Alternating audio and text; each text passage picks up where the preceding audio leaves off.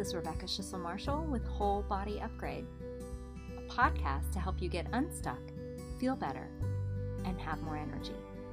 Let's get started.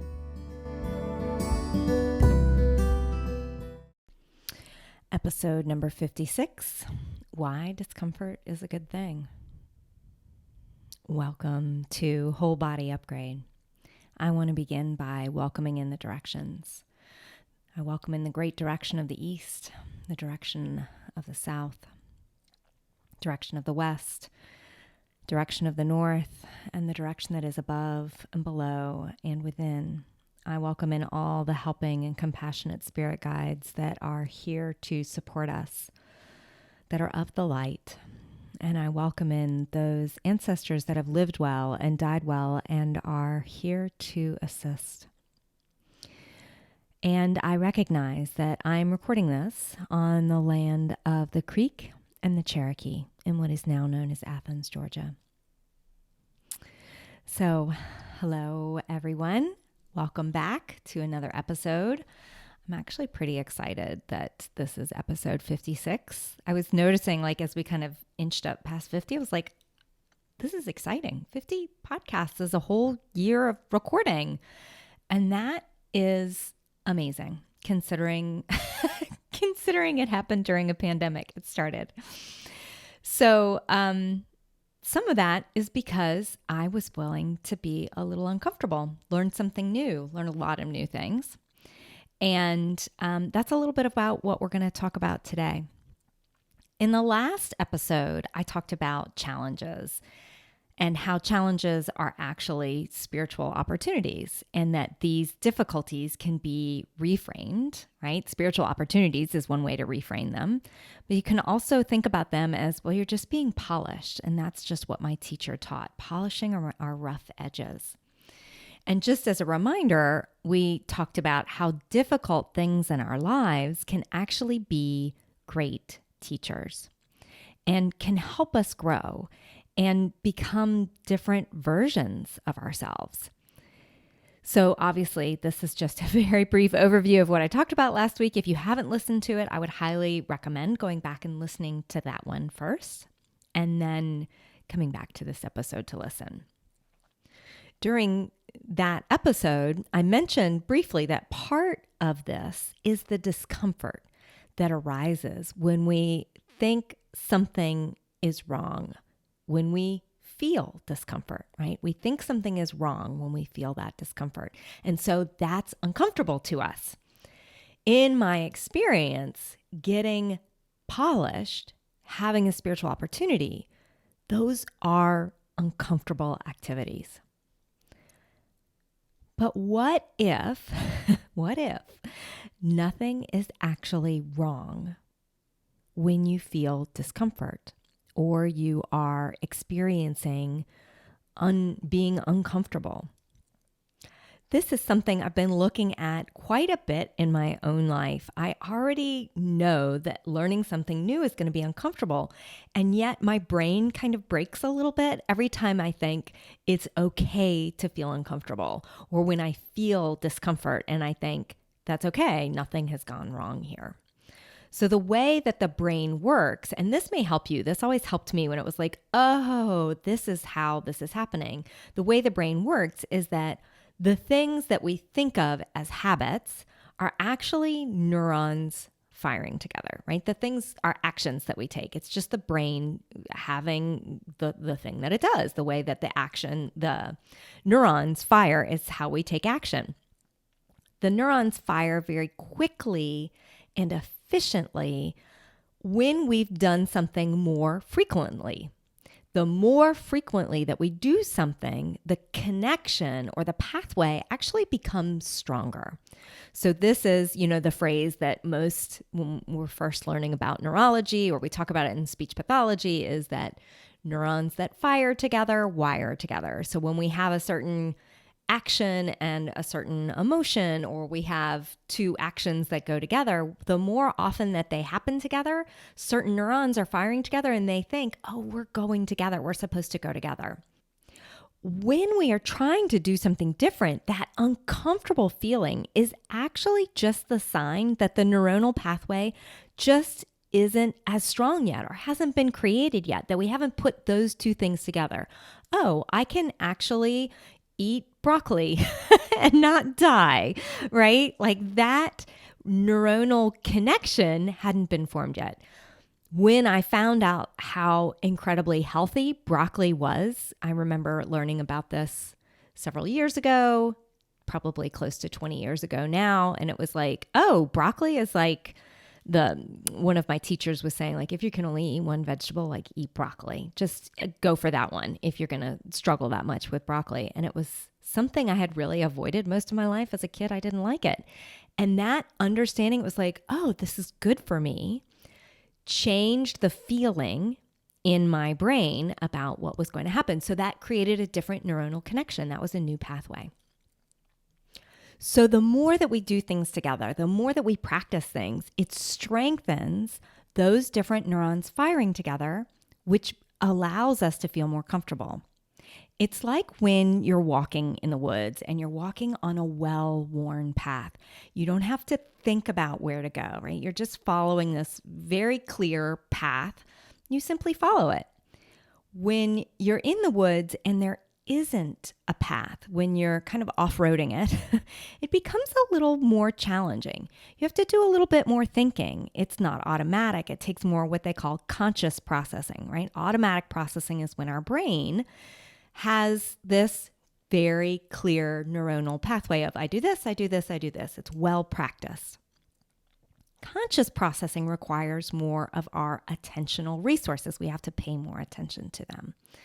So when we're trying to do something new, it feels more effortful because, well, it is. It doesn't mean that you're doing it wrong. It doesn't mean that there's something wrong with it if it feels uncomfortable. It just means that it's requiring more attention. It's requiring more awareness of what you're doing in each moment. So this doesn't mean that you're doing it the wrong way. It just means that it's a new way. This can be really helpful when you're trying something new, is to understand there's nothing that's gone wrong. It's just because I'm learning something new.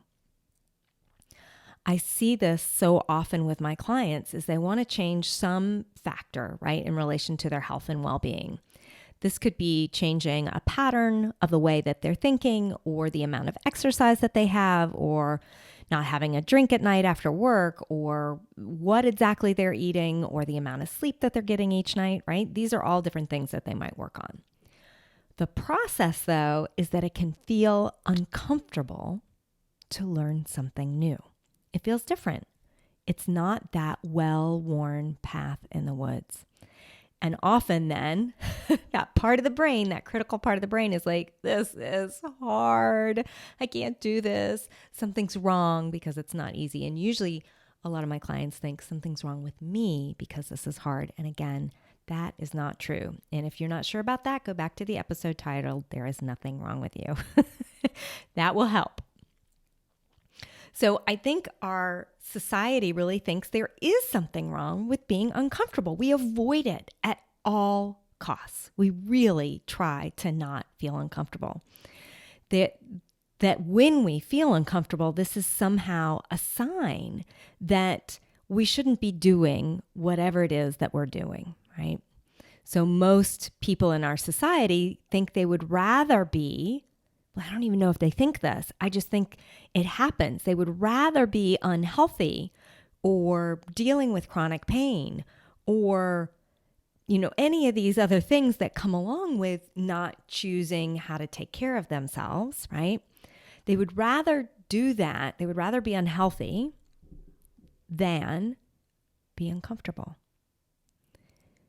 One example I can give is that bringing your own food to a party might feel really uncomfortable when they have hors d'oeuvres lined up. They've got things that you can eat, and you come with a bag of food on your shoulder, which I do all the time because I want to make sure that I can have something to eat and I still want to go to a party. That can feel really uncomfortable, especially depending on what thoughts you're having, right? That little critical voice in the head. Or let's give another example. If you want to learn how to cook differently or eat different ingredients with your family, this can feel really uncomfortable. What will my family think? What will my husband think? What will my wife think if I start eating something that's different? And yes, I'm not denying that it's going to be uncomfortable when you try something new. Yes, it's going to be uncomfortable to do something new. It's different. And the brain is set up to save as much energy as possible. When we're trying to save energy, it's going to do the same thing over and over again and tell you it's too hard. It's trying to save that energy. So our brain is set up to avoid different. Our brain is set up to avoid doing something new because being different or doing something new takes more energy. The brain wants to save as much energy as it can. As a former people pleaser, and sometimes it does still pop up for me now and again, I know, I know my brain, it just will scream, right? It will scream. For instance, when I went on internships, I had to do a lot of external internships as a speech language pathologist at different hospitals or school districts. And I had to bring a little personal cooler with me. And you can imagine I was in my 20s, so I was very self-conscious. And I did it anyway. I did it anyway because I knew it was more important for me to have the food that I needed. It was more important for me to feel good, to take care of myself. Even though my brain was like, oh my gosh, it's so embarrassing. I can't believe you're bringing food, right? This little in the brain. I did it anyway because it was more important for me. For me, I had already been scared enough. I think I was about 26 when they were testing me for brain tumors. They wanted to find out why I was dizzy all the time, why I had these migraines that it wasn't clear for them. And when they finally landed on hypoglycemia as a major player for why I was having migraines and dizziness and passing out, was that I now knew that there was something I could do about it instead of just like helplessly going to these, CT scans and MRI scans and trying to figure out what was going on. I could do something that would help. I was ready to do what was needed. I didn't want to have those dizzy spells anymore. I didn't want to have the migraines. A little social discomfort was well worth it to me to be healthy, right? Because my why, I was like, there's a whole lot of different kind of discomfort. That was way more uncomfortable for me to have all of those other issues than for me to feel social discomfort about bringing my little cooler with me. This is something I tell my students each year in the courses that I teach at the university. In fact, I put it in my syllabus because it's so important. You are supposed to be uncomfortable when you are learning something new. You're supposed to be uncomfortable. It's like it should be expected. It's supposed to be there. If you don't feel uncomfortable, then you might be trying to stay in your safe zone, no matter what the information is that you're trying to learn, whether it's a new diet or course content, right? If you're like, well, I can learn this and I can just study in this particular way. But if you're really kind of trying to do something differently, your brain is going to feel uncomfortable. This is true whether you are learning new content for a course, if you're trying a new way to move your body, or creating a new bedtime routine. It's going to feel so easy to just slide right back into what you've always done, or even what you've been doing recently. I've noticed this for myself. It's summer. I've been staying up a little later. I've been watching a few more kind of mindless TV shows. And it feels so easy to slide back into that. So I'm paying attention to it, right? I'm noticing how uncomfortable it feels and then going back to what is it that I really want? So your mind will tell you when it's that uncomfortable that it's horribly different and somehow very bad. But the opposite is actually true. The discomfort is a sign that you are learning and growing. It all goes back to being clear about what you want in your life and taking action from that centered place, getting quiet, having deep listening, and getting really clear on what it is you want for your life. When you come back to that still, quiet, centered place in your heart and you feel it, really feel it in your body, then when those critical voices scream at you like they do at me, like they do at all of us, you'll remember, Rebecca said that discomfort is actually a good sign. So instead of avoiding discomfort, embrace it. Okay, dear ones, how will you embrace discomfort in your life this week? I can't wait to hear. You can tell me on social media, on Facebook, on Instagram. You can reply to my emails. If you're not on my newsletter list, I send out a newsletter every other week about the podcast or things that are going on in centered living. Thank you all so much for listening. And again, if you need support, you can always reach out to me.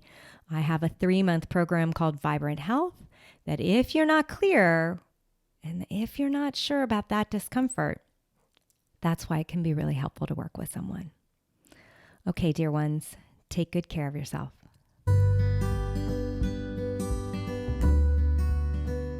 Thanks for joining me on this episode of Whole Body Upgrade. If you'd like to learn more about working with me, you can visit me on Facebook or Instagram or on my website, CenteredYou, that's CenteredYou.com. See you on the next episode of Whole Body Upgrade.